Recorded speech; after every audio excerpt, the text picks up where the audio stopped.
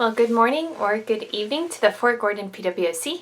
At least those of us, our groups are doing the Growing Together study. My name is Meredith Wilson, and we're on week 4 of the study, Strength to Persevere in Military Life, and the topic is encouragement. I'm going to be honest with you, this is about the 7th time I've done this, and I had earlier decided I was just going to splice it together and I was done trying. My kids were waking up, or I didn't like how I said something, and then I was starting to edit on the computer, and I thought I could spend hours doing this, or I could just give it one more go. So now I am hiding in our office closet, and I'm going to try this one more time. So wish me luck. The study is about growing together, strength to persevere in military life. The last few weeks we've been talking about some different topics, one of which was drifting, and one was about holding fast in the storms of life. Now we're moving on, and we are studying the verses from Hebrews in chapter 10, and I'm going to read those to get us started. Hebrews 10:24 and 25.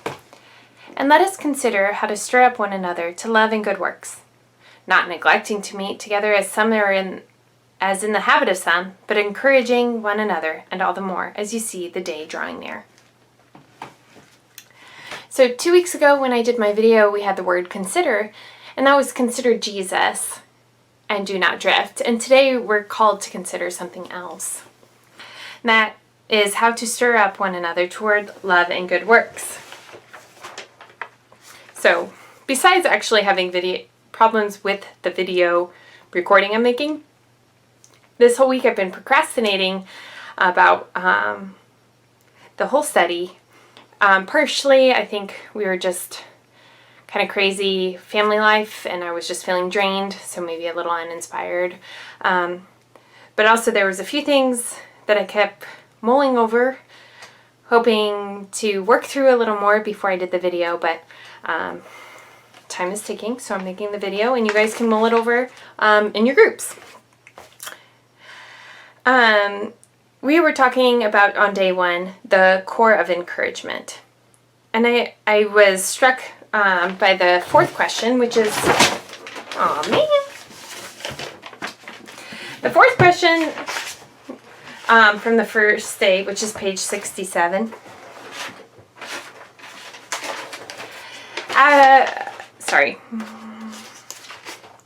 65.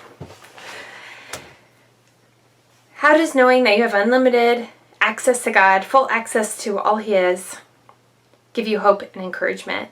And this is, I know what my small group talked about some last week, was just about how God's character and knowing Him and knowing the truth about who He is gives us that strength to persevere in life's storms. And here we are called once again to know Him and His character, and how that can help us move forward with encouragement. So when things are repeated, they're important, and knowing who God is quite important to us as believers. When we really want to encourage people, we need to make sure it's a biblical truth.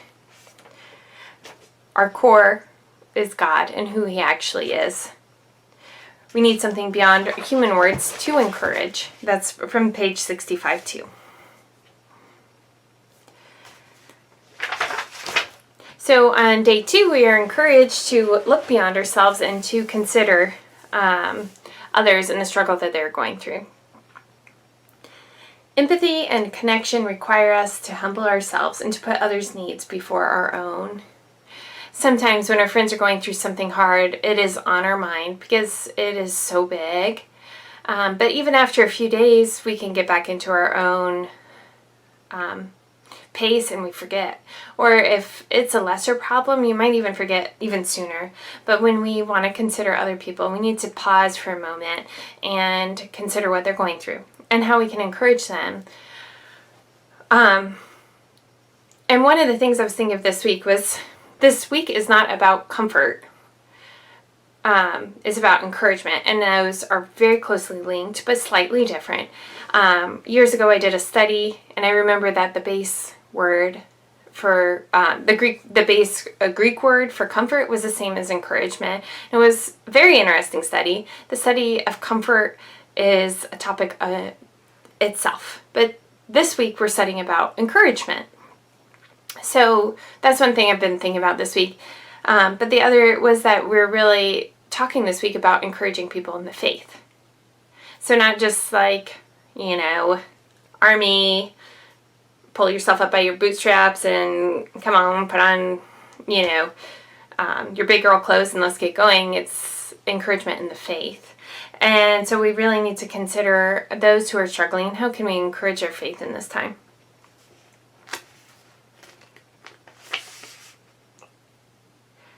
I did also think about just having you pause this YouTube video and making you think over the questions on page 67 and how to encourage someone around you. I hope you were able to finish your study and you thought of some people, but even maybe in the last few days or even in your study or in the discussion that's going to come, you might have more. So I hope as a small group later on you can consider that there are just a lot of applications in this week's study. You just take the time, you humble yourself, and you consider others. Day 3 is strength and diversity. She talks about the different love languages, the different ways we can love one another. You can look it up just to summarize real quick. It's the words of affirmation, physical touch, quality time, acts of service, and gifts. And so there's lots of ways that we can love and encourage one another. If you're not sure, you could just kind of spread the feast before and try different things and see how people respond and how we can encourage them. I have heard that you don't always give love the same way that's meaningful to receive it, but sometimes watching how people give love or think about how they've given encouragement to you in the past, that can be a way to kind of know where they're coming from. My mom tells the story that my dad would always stand on the garage steps and make sure she got off all right and would wave until she was gone. And so one day she decided, this is important to him. He does it all the time for me, and she started doing it. And he just found that really nice and meaningful, and it was true. It was important to him. So we can, study and consider others, and that can help us encourage them then when they're going through a struggle. I also really liked at the bottom of page 69, we are all part of someone else's cloud of witnesses. What are we doing to remind them of the joy that's set before them?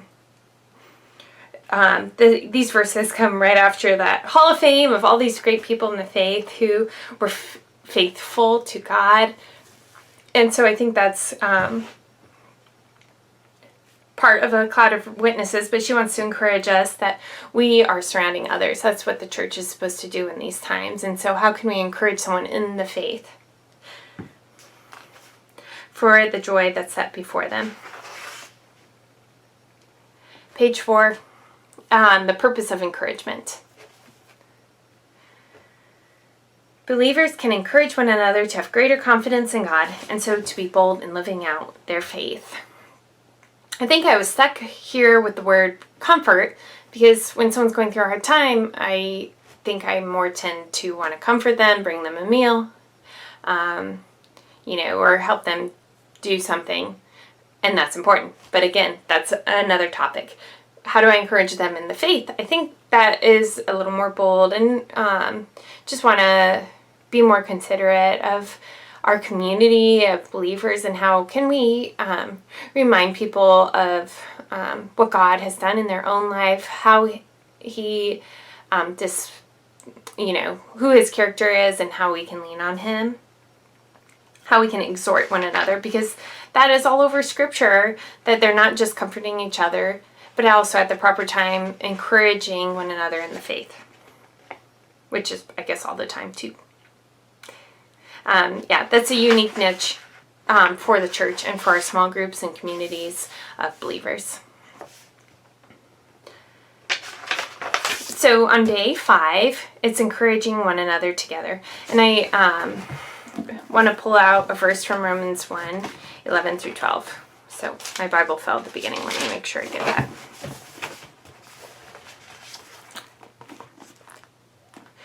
For I long to see you, that I may impart to you some spiritual gift to strengthen you. That is, that we may be mutually encouraged by each other's faith, both yours and mine. Mutually encouraged in the faith. We don't want to give up meeting one another. We want to stir up one another toward love and good deeds. And we want to encourage others. I think that, so it's not just about me doing, encouraging others or stirring up good deeds. We also want to encourage our church body to do the same. How do we do that? Maybe that's one of the questions I was stuck. I wish I had a magical answer, but maybe that's something you guys can answer. That's on page 75 too. Maybe brainstorming how people have encouraged your faith and how can you stir up other people's faith.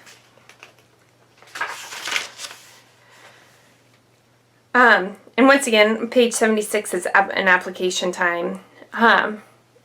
This is just lots of ways for application, and I pray that something will be there on your heart, ready to move forward in this week to encourage people in their faith, to stir up love and good deeds. So I brought up that verse in Romans also because that's the suggested memory verse, and the verse memorization is the Habits to Outcome tool this week that she wants to pass on to us, page 77. I have not been as good about verse memorization as I have in years past, and I think I've really learned from that it is a habit and it is effort. Only a few people are really skilled in that. It's something that you really need to put forth effort. And some tips she suggests that I've also learned along the way is that you want to memorize, write it down, put it where you can see it, repeat it phrase by phrase, including the reference at the beginning and the end. You can use it for meditation to pull out observations and applications from, and you can turn it into a prayer from God. So even if you feel like this is a weak spot for you, I pray and I want to encourage you to write it down in front of you. She encourages us to do Romans 1, 11 through 12, but I would also suggest Romans 10, 24 and 25 is really applicable for a pandemic, not forgetting to meet one another. And I hope here in your small groups, you're encouraging one another, whether it is virtual or in person. And even if you don't get it totally memorized by the end of the week, if you go over it a few more times, that's a few more times than you would have otherwise done so. And so just memorizing even a part of the phrase can stick with you through the day or through the week, or come to you when you're in a discouraging place because it's been in your heart. Finally, we have a digging deeper, which is a hero of the faith, and that's Barnabas. He was known as an encourager, and so I think that was an example that she kind of pulled together all the stories from Acts and what we know about Barnabas to really be encouraging to you. And I want to close by reading the last paragraph, but I'm really glad I said Barnabas because earlier today I said Barabbas, so that is not helpful to, because he would not be known as an encourager. So I think I've got my cut here. I'm not saying wrong names, and no child has opened that door. So I really will end by saying this last paragraph on page 78. Encouragement is an essential part of our journey as believers. Living in a community with others reveals this beautiful gift. So let's be women who choose to engage each other with intentionality and humility. So I hope you guys have a good discussion, that you can think of ways to encourage one another, to love and good deeds, and encourage one another in the faith. And how would we encourage others in our faith community to do the same?